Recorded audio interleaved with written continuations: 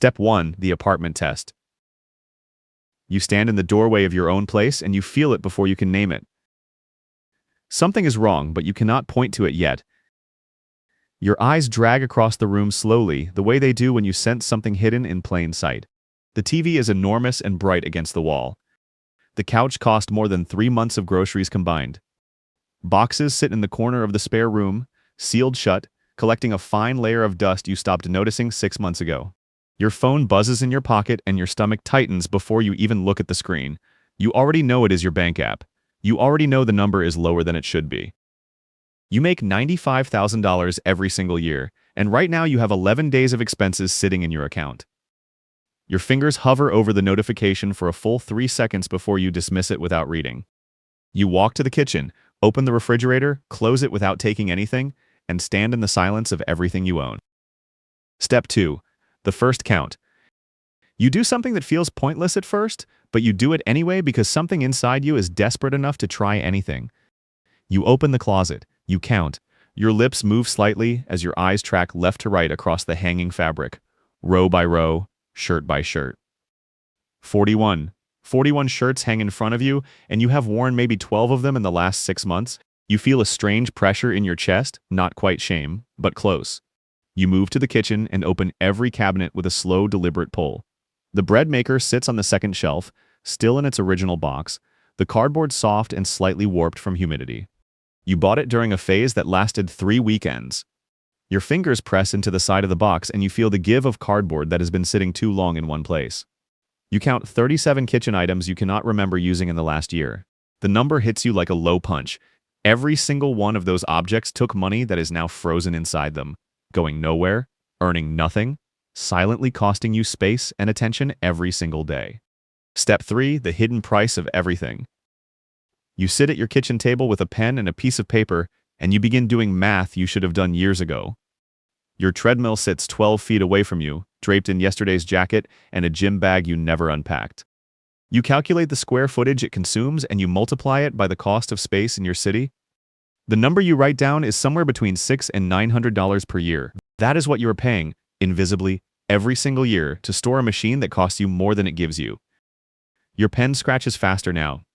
You think about the boat a colleague sold last spring, the one he called a mistake. Annual maintenance, storage, registration, insurance, and fuel averaged out to nearly $4,000 for a vessel that touched water 9 times in 3 years.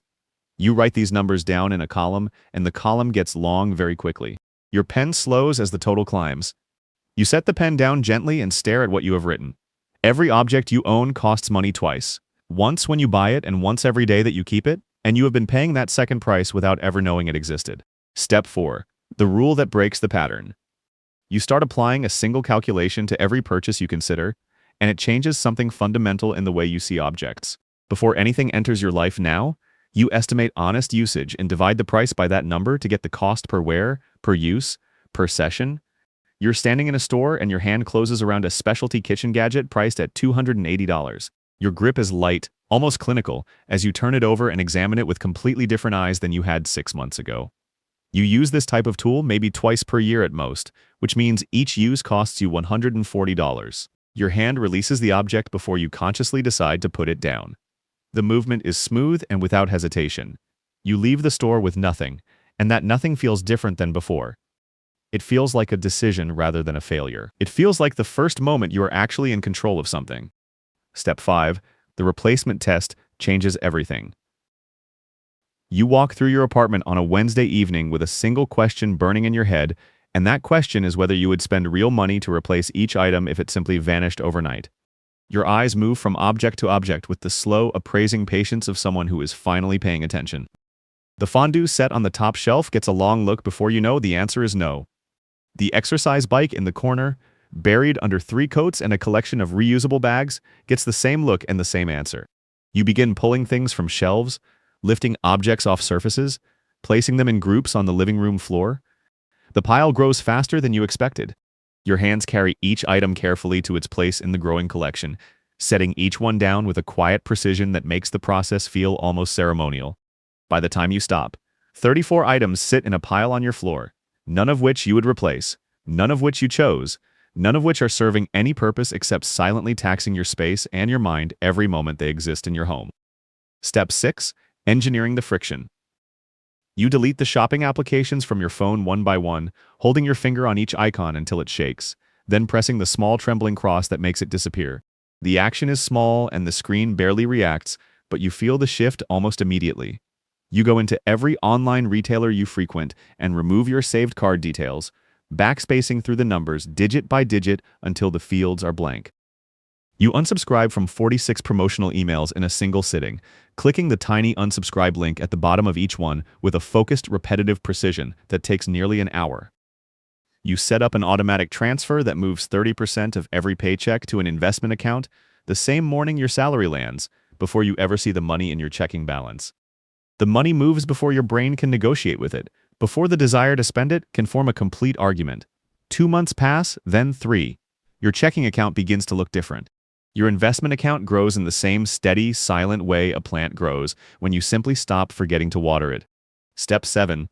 The lifestyle multiplier hits someone else and you watch closely. Your neighbor buys a motorcycle and you watch the full cascade unfold over the following 4 months with a kind of quiet, stunned clarity. The motorcycle arrives first, sleek and loud, sitting in the shared driveway like a statement. Then comes the riding gear, the helmet, the jacket, the gloves, the boots, each piece purchased separately and each piece expensive on its own.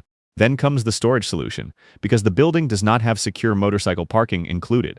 Then comes the specialized maintenance kit, the insurance upgrade, the trailer for transport to riding locations 2 hours north because local roads are too congested for real riding.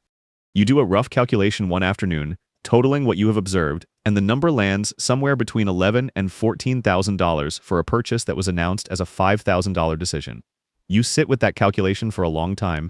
You think about every major purchase in your own past, and you begin to trace the multiplier trails they created, the accessories and the supporting items, and the hidden costs that followed each one like a shadow you never turned around to see. Step 8. The upgrade trap costs more than you realized.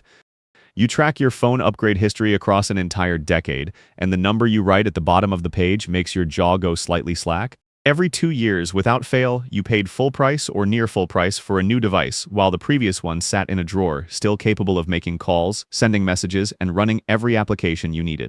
You multiply those replacements across other categories. The TV upgraded twice because the contrast ratio improved. The laptop replaced because the new one was thinner by 4 millimeters. The car traded in at 68,000 miles because the new model had a feature the old one lacked. You carry the running total forward across 30 simulated years, and the number is somewhere between $180,000 and $230,000. Not spent on experiences or memories or genuine needs. Spent on the feeling of newness, which lasted approximately 3 weeks each time before becoming background noise again. Your pen stops moving, and you stare at the number with the particular stillness of someone who has just understood something they cannot unknow. Step 9. Defining enough before enough becomes impossible to find. You sit down with a blank document and you write a number at the top of the page, the annual spending level that represents genuine comfort, genuine satisfaction, genuine sufficiency for your actual life, rather than the imaginary life you have been spending toward. The number is lower than you expected when you finally write it honestly. You're not including the upgrade cycles or the ecosystem purchases or the items you would not replace, or the storage fees or the maintenance costs for things that rarely get used. You're including only what genuinely matters to you when you strip away what the world around you suggests should matter. The number is $61,000 per year. You make $95,000. The gap between those two numbers is $34,000, and for the first time in your adult life, you understand exactly where that money can go and what it can become if you stop feeding it to a lifestyle you did not consciously choose. You read the number back to yourself slowly, and you feel something settle in your chest that has not been settled there in a very long time. Step 10. The optionality shift. You have been saving and investing at the rate your new rules allow for 14 months when the moment arrives.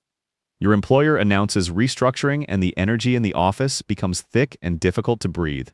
People around you begin to panic in the particular quiet way. Professionals panic, tightened expressions, longer bathroom breaks, whispered conversations near the windows. You sit at your desk and you feel something completely different from what you expected to feel. You feel calm. Not the forced, performed calm of someone pretending to be unaffected, but actual calm, the kind that comes from knowing your savings can sustain your entire life for 19 months without a single additional dollar arriving. You could leave tomorrow and be fine for a year and a half. You could negotiate from a position of patience rather than desperation. You could decline any offer that compromises your values because your financial position no longer requires you to accept whatever is placed in front of you. The meeting ends and your manager calls you individually into a smaller room. You sit across from her with your shoulders level and your hands resting loosely on the table, and you realize that the calmest person in every room from now on will be the person with the most options.